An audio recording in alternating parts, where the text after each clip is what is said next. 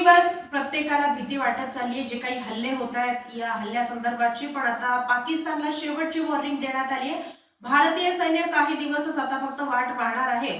त्यामुळे पंतप्रधान नरेंद्र मोदी यांनी सुद्धा या संदर्भाचा महत्त्वपूर्ण निर्णय घेतलाय आणि या निर्णयाच्या माध्यमातून पाकिस्तानला एक वॉर्निंगच दिली. युग युद्धाचे नाही, पण हे युग दहशतवादाचेही नाही.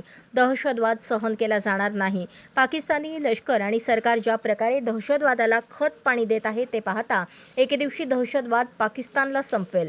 पाकिस्तानला वाचायचे असेल तर त्यांनी दहशतवादाचे इन्फ्रास्ट्रक्चर संपवायला हवे, असे प्रतिपादन पंतप्रधान नरेंद्र मोदी यांनी केले.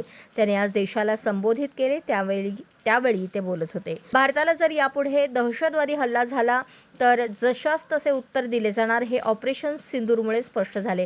त्यामुळे न्यूक्लिअर ब्लॅकमेल सहन करणार नाही. त्या धमकीच्या आडून दहशतवाद्यांना पोसणाऱ्यांना सोडणार नाही. दहशतवादी आणि त्यांना पोसणाऱ्यांना वेगवेगळ्या दृष्टीने पाहणार नाही.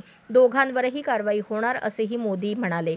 भारतीय सैन्य दलाच्या तिन्ही तुकड्या अलर्ट आहेत. सर्जिकल स्ट्राईक आणि एअर स्ट्राईक नंतर आता ऑपरेशन सिंदूर दहशतवाद्यांविरुद्ध भारताची नीती आहे. ऑपरेशन सिंदूरने एक नवीन सीमारेषा आखली आहे. जर भारतावर हल्ला झाला तर जशास तसे उत्तर दिले जाईल.